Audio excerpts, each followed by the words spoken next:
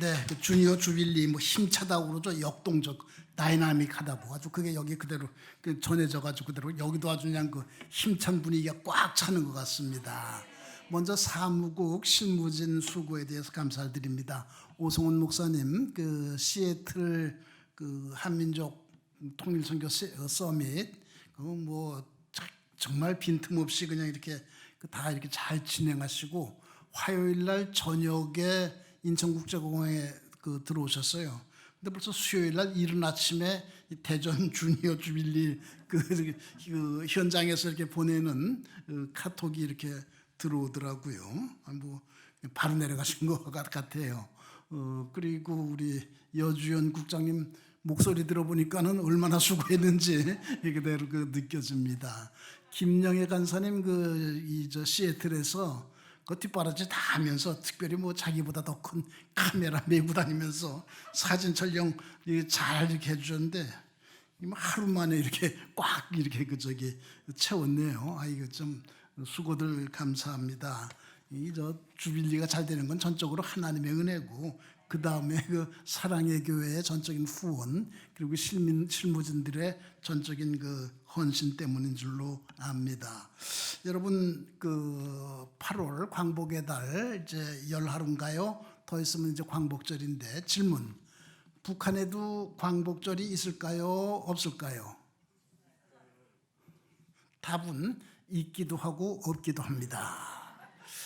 달력을 보면은 여러분 순서지에 있는 것이 북한 달력인가 2008년인가 뭐 그럴 거예요. 제가 천안함 북한 가면 꼭 달력은 사와서 거기에 생활 모습을 잘 알려주거든요. 근데 천안함 사건 이후엔 못 갔는데 8월 15일 보면은 빨간 글자로는 돼 있어요. 근데 공휴일은 아는 게 거의 확실해. 그리고 왼쪽에 보면은 사진엔 잘 안 보이는데 8월 15일 조국 광복의 날 그렇게 되어 있어요. 광복절이란 이름은 없습니다. 조국 광복의 날. 근데 이상한 거는 백과사전에 북한 백과사전에 조국 광복의 날 없어요. 국어사전에도 없어요. 왜 그런지 모르겠어. 개천절도 마찬가지. 개천절은 빨간 글자로 인쇄되어 있지도 않고 달력에도 이렇게 나와 있지 않고 노동신문 같은데 민족의 날이라고 몇 번 나온 일이 있고 여러분이 남북한의 뭐 기념일 절기가요 많이 다릅니다. 한글날 여러분 10월 9일로 알고 있죠. 북한은 1월 15일일 거예요. 왜 그러냐면 세종대왕이 1445년 1월 15일에 한글 후민정음을 만들었어요. 창제했어요. 그리고 바로 공포를 하지 않고 3년 동안 시험 사용을 했어요. 용비어천가 뭐 이런 걸 이렇게 적어서 이거 실제로 쓸 수 있는가 참 신중하죠. 그리고서 10월 9일 날 1448년인가 10월 9일 날 공포를 했어요. 북한은 창제를 기준으로 해서 1월 15일을 한글날로 뭐 이름이 후민정음 창제일일 거예요. 남한은 공포를 기준으로 해서 10월 9일을 한글날로 식목일 4월 5일이죠. 북한은 3월 2일입니다. 이름도 식수절이고요.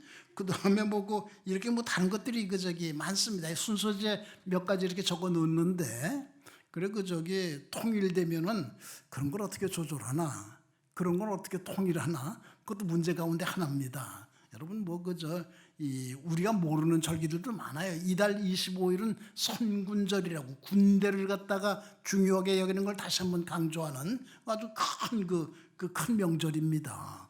북한으로서는 이런 거 어떻게 조절하지? 이걸 어떻게 통일하지? 네, 그런 거 좀 생각해 보세요. 통일 이후에다 이렇게 초점 맞추고 살아가는 거, 통일을 잘 준비하는 것 가운데 하나입니다. 광복절 맞이해서 좀 그런데도 통일이 왜 이런 건 어떡할까? 뭐 그런 거 이렇게 생각도 이렇게 좀 해보시기 바랍니다.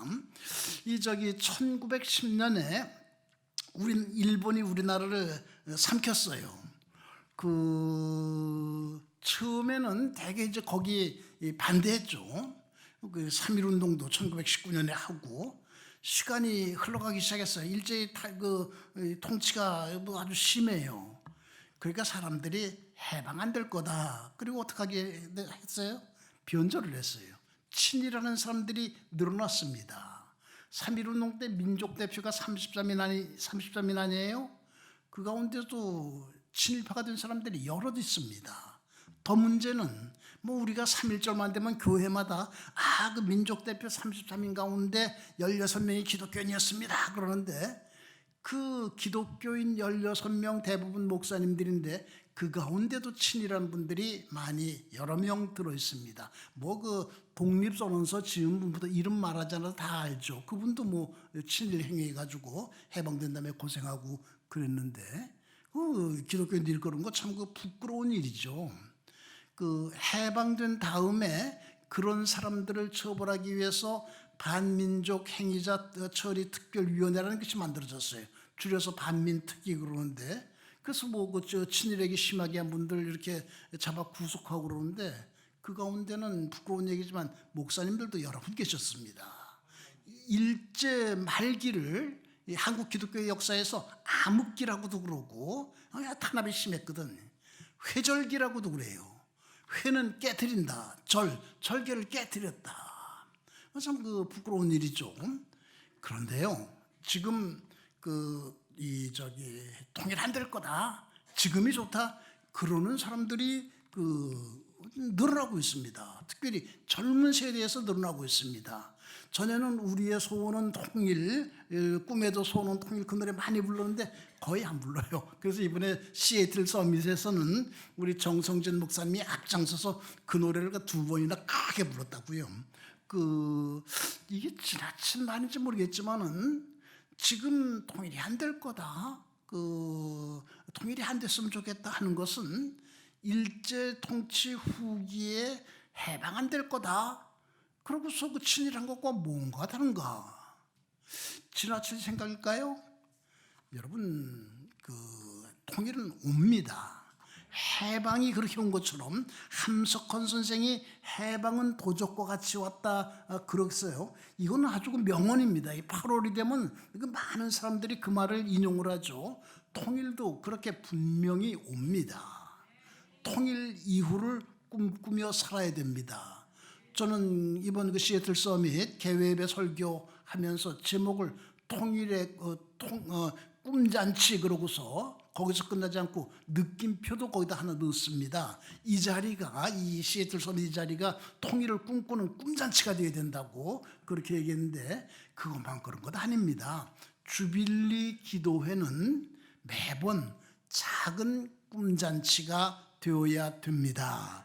여러분 8월에는 더욱 그러시기 바랍니다. 감사합니다.